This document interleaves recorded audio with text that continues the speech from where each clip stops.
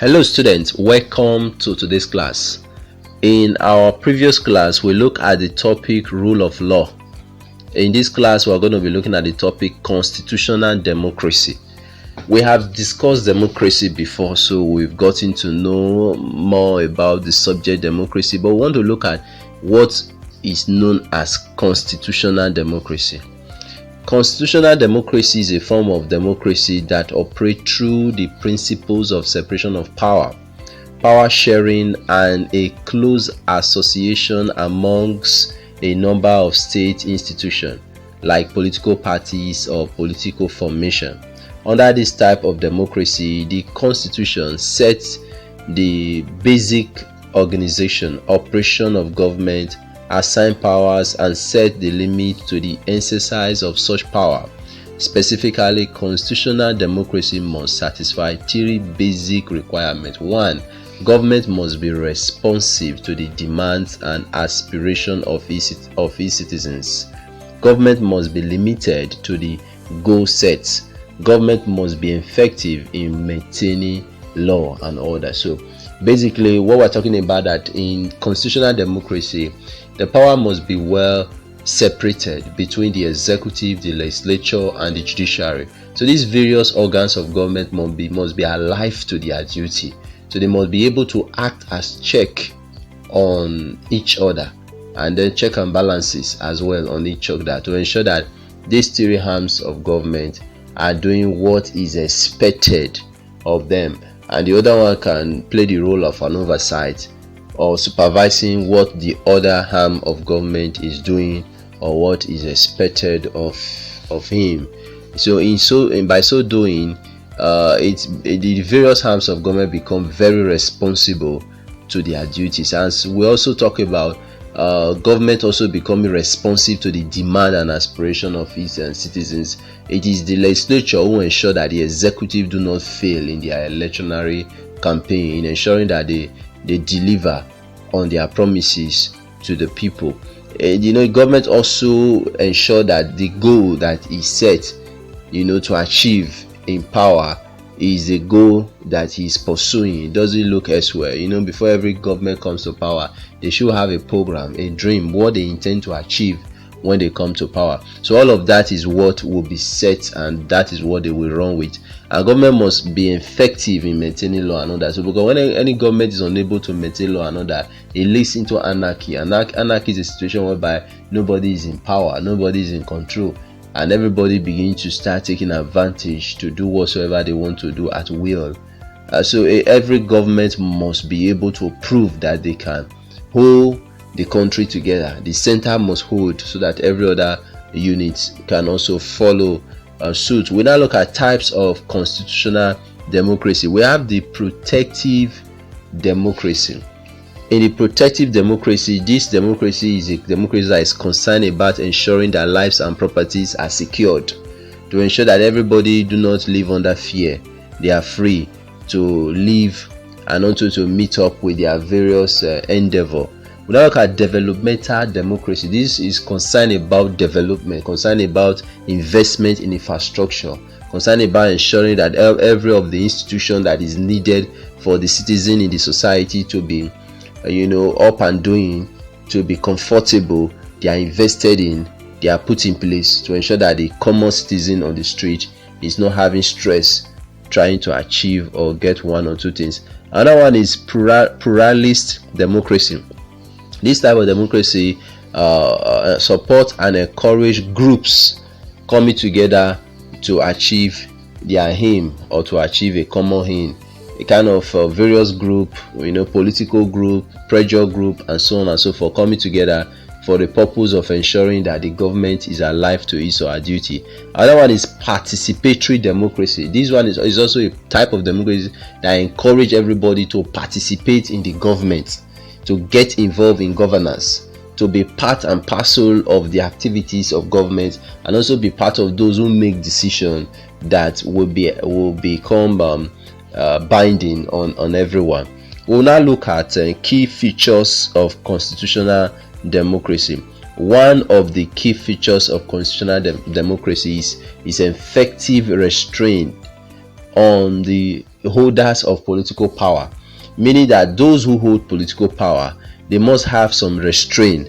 They must not be given the privilege to exercise those power at the detriment of the people. So there should be some limits to exercising their power. We'll look at the existence of the opposition. So there should be an opposition, like a political party who is not in power, ensuring that they are there to give constructive criticism to the government in power, so that the government in power will be up and doing. We'll look at the existence of different groups' interests. We also have a situation whereby there are different groups' interests. A lot of body, like we have the Nigeria Medical Association, we have the Nigeria Bar Association, they are all there with different interests. So all these interests are there, and the government will do all they can to ensure that they are able to meet majority of this interest need.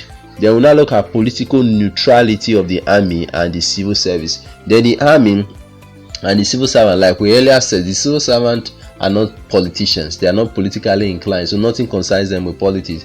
Their own is just there to serve any government that comes to power. Then the army must also become very neutral. They also should not support any political party. They also should be there to serve any government that come into power. Another one is adherence to the rule of law. So there must be a kind of an attitude or approach that gives everyone to pay attention to the rule of law. The rule of law talks about the supremacy of the law, so everybody become subject to the law, so that as such, from the high of the law, every other thing will be judged. Another thing is independent and impartial judiciary. So the judiciary also must be well established to function, to meet up with the demand of ensuring that he becomes the very last hope of the common man, as you always say. Then we'll look at the freedom for the press. So the press must be given the freedom to express, to write, and to do whatsoever is expected of them in a way of educating the populace or the public to be informed, so that they will also know how to follow up the activities of government.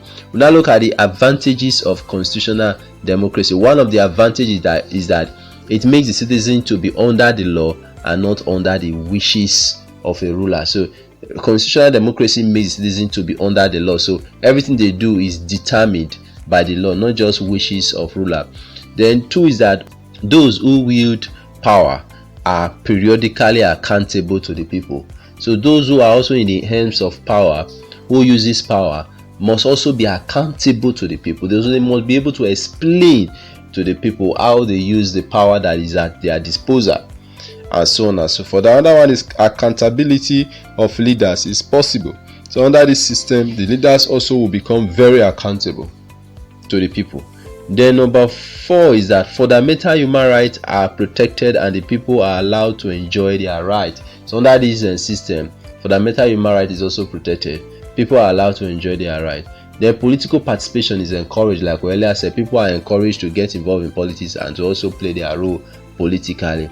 Then number 6 is that the principle of equality, justice, accountability, and responsiveness in the administration of the state are followed. So all of this is what makes constitutional democracy very important. We now look at the disadvantage of constitutional democracy. One is that it is yet to be widely accepted in many new nations. So it is becoming a type of democracy that is not widely accepted yet. So it's only accepted in some area, like in America, for example. The leaders can be easily turned into tyrants. So leaders can easily turn into tyrant, like we have in the case of Nigeria.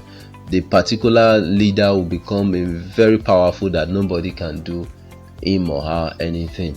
Then there are loopholes in the constitution. Leaders are allowed to use their discretion. Whenever there are loopholes in the constitution, the leaders are advised to use their discretion, and that becomes another thing, giving the leaders some certain power to become very powerful in carrying out their duties. The other state of emergency, fundamental human rights are restricted. So whenever there is a state of emergency, you can't be talking about rights. The right of every citizen will be restricted. We'll now look at major concepts of constitutional democracy. One is election. So we have direct election, we have indirect election, we have by-election. So basically, direct election is election that is conducted that involve every citizen of the state voting directly to elect their leaders. Indirect is a situation whereby you have to elect some set of leaders who will now elect the major leaders on behalf of the general people. While by-election is a type of election that is conducted to replace a candidate who was once elected, or maybe who died in the case of maybe death or accident, and his office is now vacant. So election called by-election will be conducted for replacement. We have constituency. Constituency are a kind of geographical area that is carved out for a particular person to represent, either in the House of Assembly or in the Senate. We have ward. Ward are also a kind of a geographical area divided within a local government. We have majority rule. Majority rule is always there in democracy. We also have the minority rule. Majority have the right to make their decision. Minority also have the right to hear their view. This is all we are going to take in this lesson. Our next lesson we'll look at another topic. I'll see you in my next class.